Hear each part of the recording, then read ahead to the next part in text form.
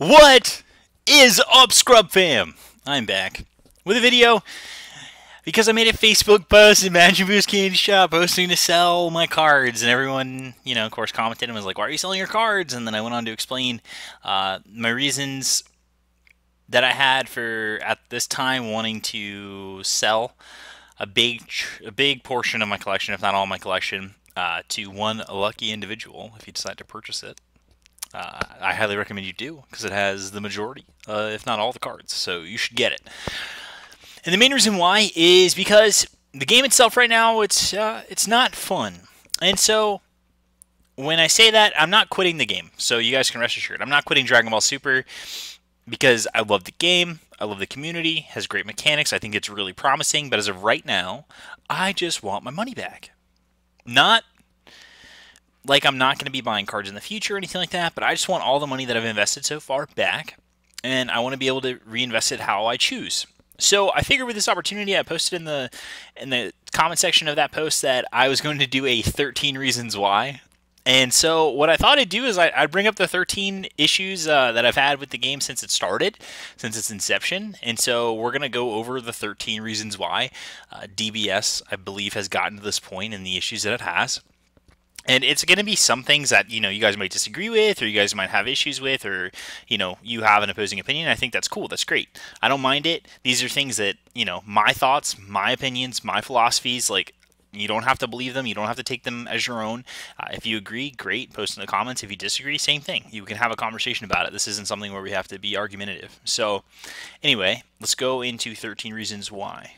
So before I get started, let me give a shout out to my sponsor, Alec Pastrana and Bearded Collectibles, hashtag Team Bearded. Alec Pastrana, amazing shop owner, best shop owner on the planet. If you're looking to buy your sealed product, you got to get it from Bearded Collectibles. Terminator Power, Set 4, Set 5, Theme Series 2, Set 6, Draft Box 11. Get it from Bearded Collectibles. He has the best sealed product prices out there. You'll see people post on Facebook with boxes for 75 bucks. Alec don't play that. Alec sells boxes for $65 a piece, and he sells cases for $7.20. Get your sealed product from Bearded Collectibles. You cannot go wrong, and he has the best customer service in the game. So, that being said, let's go into 13 reasons why. And we're going to go all the way back. We're going to go back to the beginning. We're going to go back to Set 1 Dragon Ball Super, which many believe that Set 1, which I disagree with. I don't think Set 1 was the best set or the best environment to play in. Set 1, everyone loved Set 1, and the reason why was because they felt like the game was slower. And the game was, to an extent, but there were definitely things that we learned in Set 1. In Set 1, we learned that resources in hand was the most important thing that was it. Like, that was winning the game. If you had more cards, that was winning the game in Set 1. And so, the issue that I had with that was they had critical as a mechanic in Set 1. And so I don't have a problem with critical as a mechanic. There's no issues with like that to me at all.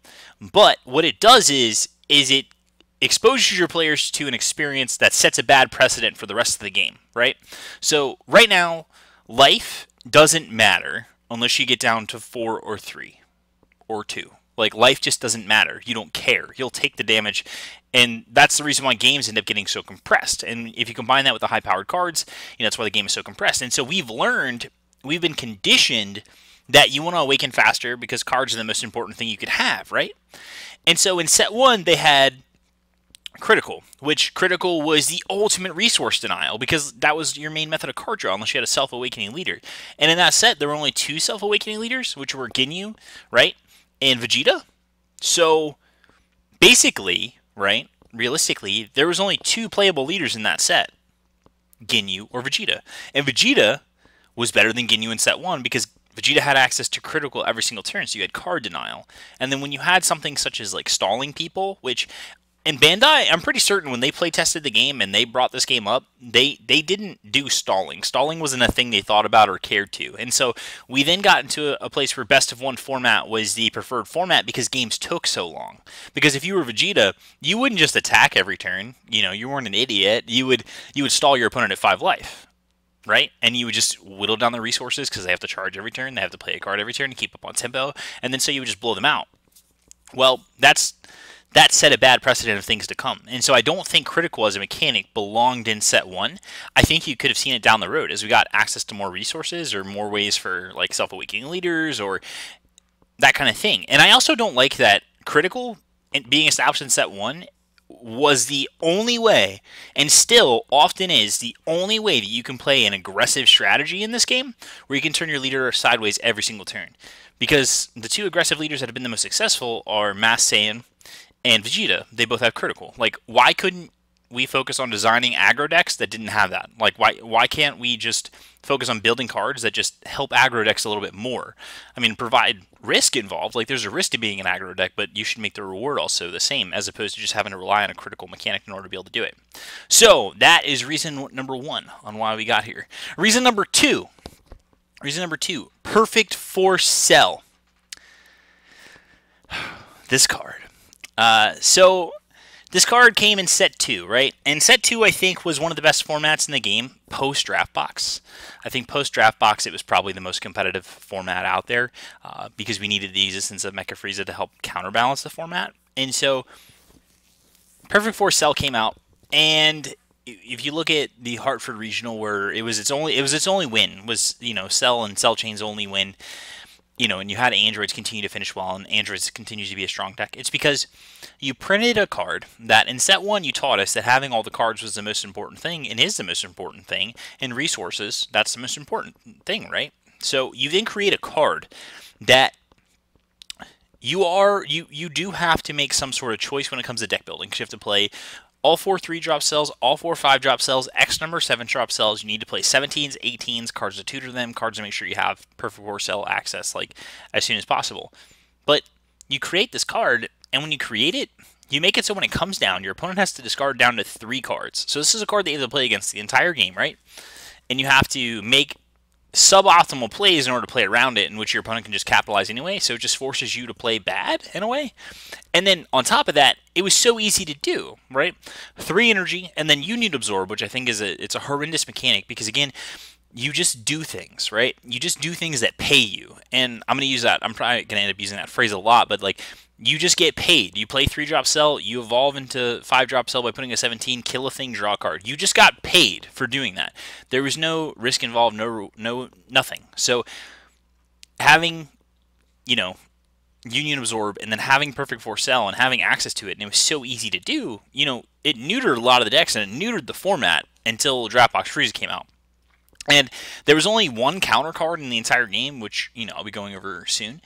And that caused this card just to be out of control. And so now you set this precedence of, okay, cool, so we're just going to print really powerful cards that just pay you. And again, to an extent, I'm fine with it. I think flavor-wise, I think it's great, because Perfect Force Cell was at the time the ultimate being. And right now, you still look at the format, and the deck is still viable because it still does one of the most broken things in the game, which one of the most broken things in the game is stripping your opponent's hand down to 3 cards. And so creating this card led to more issues that we continue to have, right? And again, compressed games made games a lot worse, made play patterns a lot worse, and also made the game way more predictable. So Perfect Force Cell is next on my list. That's why I have problems with it, because again, it just pays you for playing cards. You don't have to, there's no risk involved. And then of course, the effect was just way too powerful for the time. There wasn't enough things that you could do with your cards on a given turn except combo them. And so that just led to, you know, decks just getting completely blown out by this. And if you didn't have access to the one counter card in the game that can counter this card, you were just a deck that was prone to lose to it. You didn't really have a choice. And like I said, you had to make suboptimal plays. So I thought Perfect Force Cell is reason number 2. Reason number 3, it's a combo. Cold Bloodlust and Battering Laser. I don't mind the existence of these cards. These cards are good cards, right?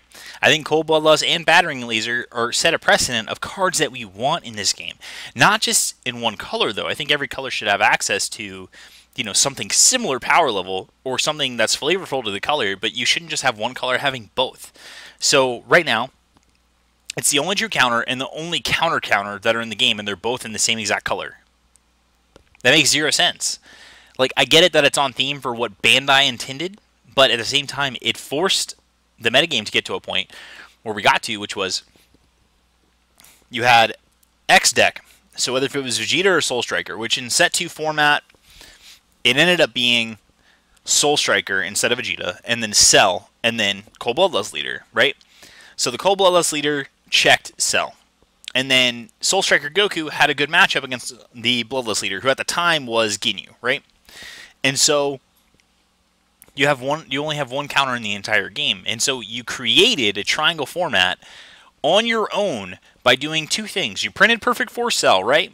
And then you also gave only one color a way to counter the card. So those two decks, if you were just to be anybody walking off the street and I told you, hey man, I'm playing this card game, and this card game is all about card advantage, and there's one card in one color that puts your hand down to 3, and you can do it on turn 3, and then there's only one color in the entire game that has a counter to that card.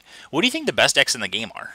The answer is simple. It's the broken card that puts your hand down to 3, and it's the card that counters that card, right? So then the format just became those 3 decks. If you played anything outside those 3 decks, like, yeah, you could sneak a win, you could sneak a top cut, whatever. You weren't going to win the tournament, right?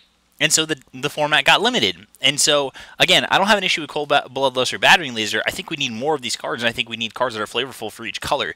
But they just both shouldn't be in the same color. Like, it just doesn't make any sense, and be the only color that has it. So, anyway.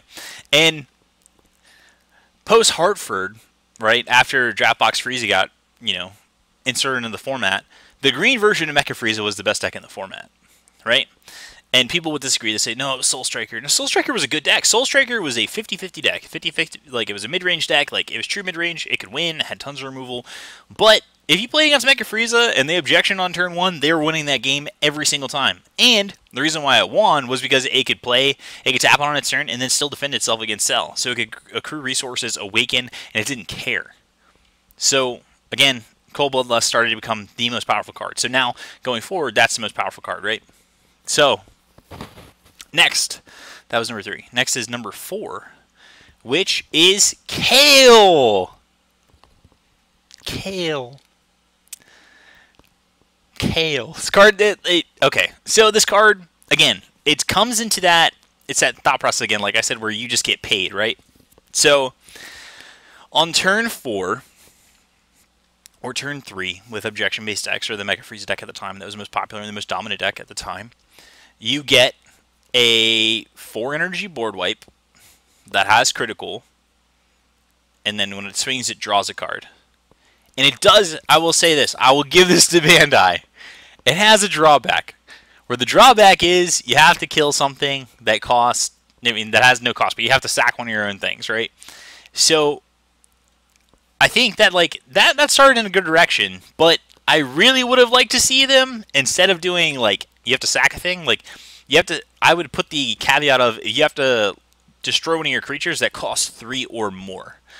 That way, again, it's a risk, but you're getting paid at a higher rate because you're killing something that costs 5 or less, right? And you're killing multiple things if you need to. So I thought that the design of this card was just flawed because it's like they were close, but they just missed. But being a 4-energy, a board wipe with critical, with draw a card, again, it has the best attacking mechanic in the game, which is critical because it denies a resource, and it has draw a card built in, right? So it can replace itself when it comes down, which, again, you don't get punished for attacking with it, because it's like, if I attack, I'm not giving them a card, so it's fine. So this was the next card that was released that ended up leaving us to further issues down the road, which I'll continue to get into, right? So that was number 4. Number 5, I could have talked about this earlier, I already mentioned it earlier, but Mecha Frieza Leader. Free energy is bad design. Free mana is bad design. Getting it for no cost, no charge, no issues, all the time is bad. Right? Especially when it leads to turn 1 self-awakening and starting ahead on energy and cards. So, with Mecha Frieza, turn 1, I could draw a billion cards, awaken, objection the same exact turn, and now, turn 1, I'm on the play. I have more cards than you, I have more energy on you, so you're starting your turn 1 play. And so the reason why I'd have to explain this to people was, people would be like, oh, it's not that bad, it's not that bad. I'd be like, okay, cool. So, I'm Mecha Frieza on the play. I go off. 3 Monakas, an objection, go. You know what your turn comparison is if you're not Mecha Frieza? Your turn comparison was charge a blue, tap, play a boo, draw, pass. That was your turn. Whereas Mecha Frieza, that wasn't Mecha Frieza's turn. Mecha Frieza's turn was absurd. And then now it's getting to its turn 3 plays already. And it's on its turn 4 when you just finished your turn 2.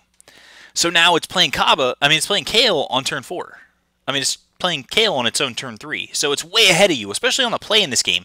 And that started the play-draw disparity, right? That's when it got really bad. What's when it first started getting really bad was when you had Mecha Freeze and you had that advantage, and you started just playing your more powerful cards faster. And so as we started to accelerate the game, which is what was happening with Mecha Freeze Leader, that's how everyone begins to think now. People don't realize that. It's like when you give everyone a certain set of rules of engagement, right? And you create the pillars of the format. The pillars of the format is you have to do things fast. Powerful things have to be done fast, right? Again, you narrow what a player can do based off of your design choices as designers, in which they didn't even realize that Mecha Freeze was a problem, right? They thought that it was already once per turn. They didn't realize that you could do it multiple times. That was said out of their own mouths. They didn't realize it, right? So you had a leader that was just doing these things that no other leader could do, and so the format just became you had to play one deck.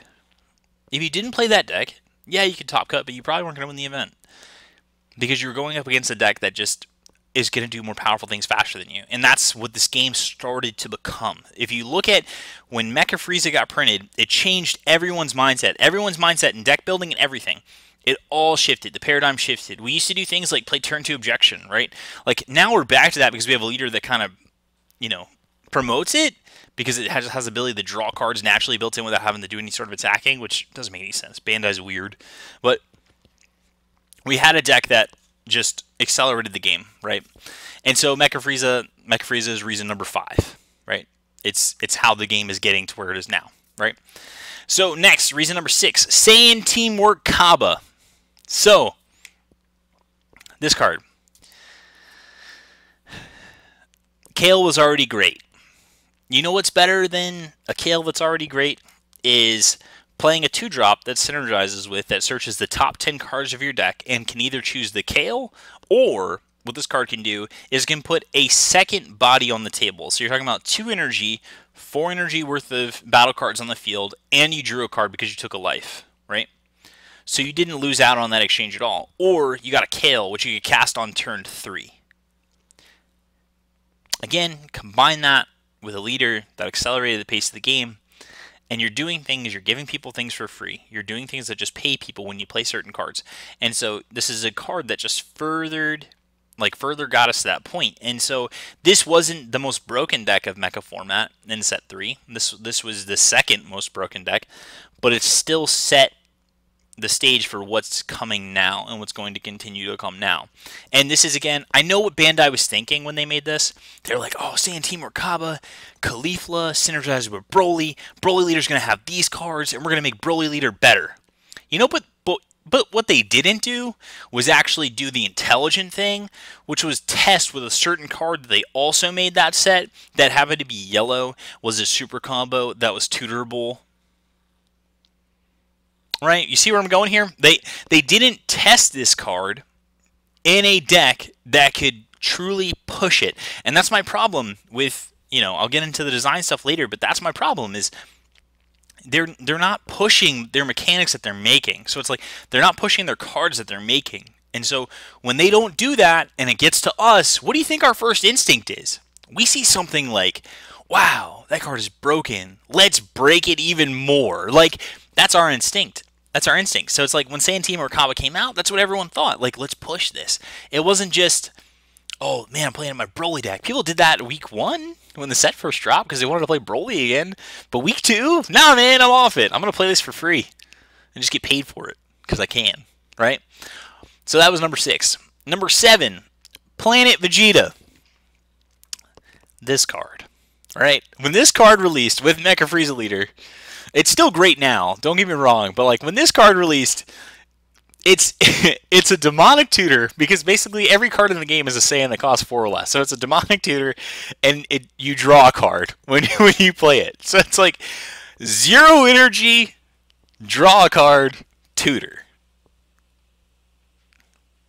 Balanced. So balanced. And you know what this card could grab? Your broken super combo that could play things for free, right? So I don't really have to talk much about Planet Vegeta. Oh, and let me just actually mention what the real effect of the card was meant for. It was meant for that mono yellow Bardock Apes deck that they posted on the Dragon Ball Super website that they said beats Mecha Frieza. 80% of the time. It was meant for that deck, so you can untap your apes at the end of the turn. You know, and untap your apes when you're playing a broken leader like Mecha Freeze leader. But anyway, I digress. So that's reason number 7.